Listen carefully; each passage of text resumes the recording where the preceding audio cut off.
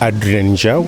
I'm Trading Policy Advisor with the East Africa Business Council, with a regional apex board for private sector in EAC. We are based in Arusha, Tanzania.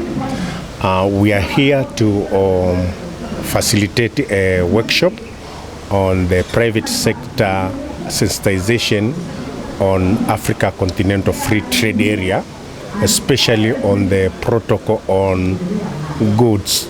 And the intention of this workshop is to ensure that we sensitize the private sector in Uganda in order to take the opportunity of being able to trade and even invest under Africa Continental Free Trade Area.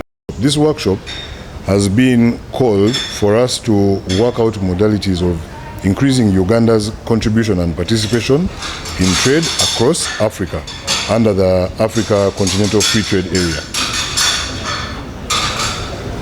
Now, we all understand the importance of Uganda and all the other countries across the continent getting involved in trade across Africa, taking on these opportunities. But it's not going to be possible at all if we start right at the very top. It's important for us to focus our attention on small, medium-scale traders and businesses, because it is them who need to be given this information to take up these opportunities. The opportunities exist, and even the large businesses are finding it, let's say, difficult to take advantage of these opportunities. Now, if the large businesses are finding it difficult, how much more difficult will it be for small and medium-scale enterprises? We all know that the large businesses will always find a way, whether it's multinationals like the one I represent, or other large businesses that are indigenous, homegrown, and might be operating across borders. So because we know that there are going to be higher hurdles for small and medium-scale entrepreneurs and business people, that's where we need to take this information and to skill, equip, upgrade them to a point that enables them to produce to the right standards, right quality, create the right linkages between themselves and with financiers, insurers, and so on and so forth, link to the right logistics arrangements, so that as the governments create and enable these policies, they can benefit. That way, we'll have the economies growing, trade will grow, business will grow, and it will be sustainable across the entire continent. This annexes tariff concessions and the rule of origin.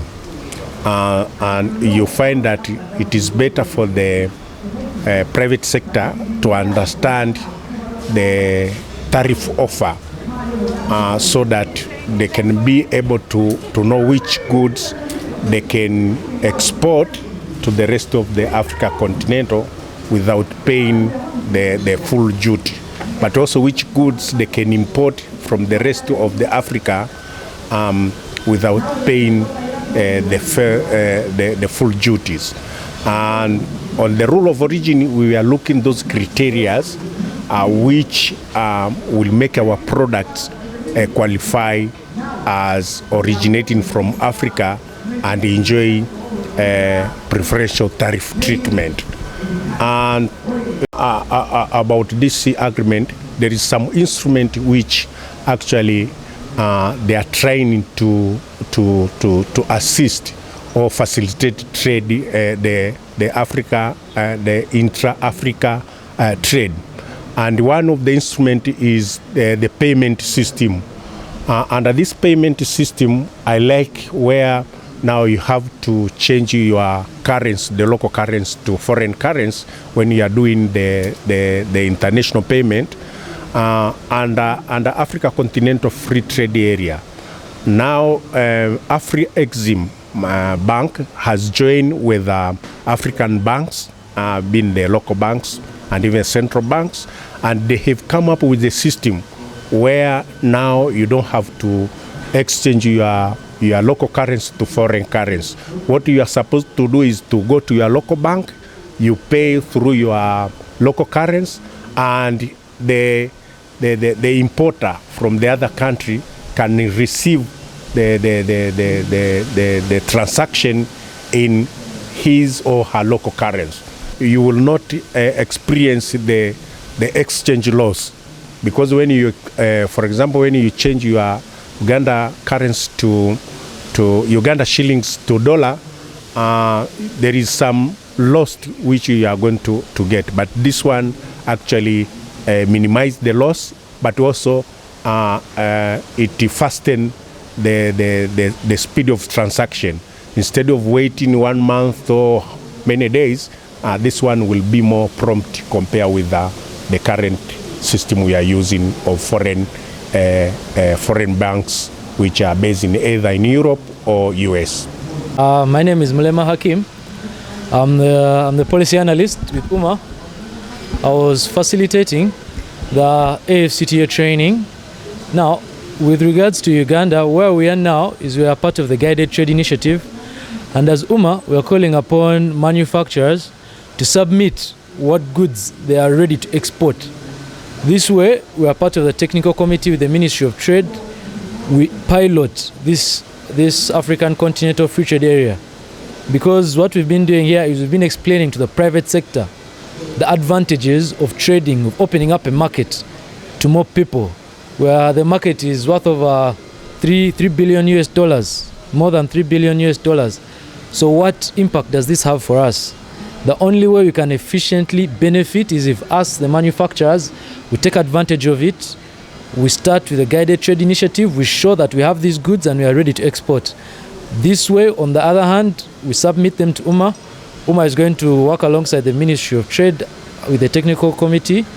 We submit them and we start working. The goods we start to flag off shipments to African countries.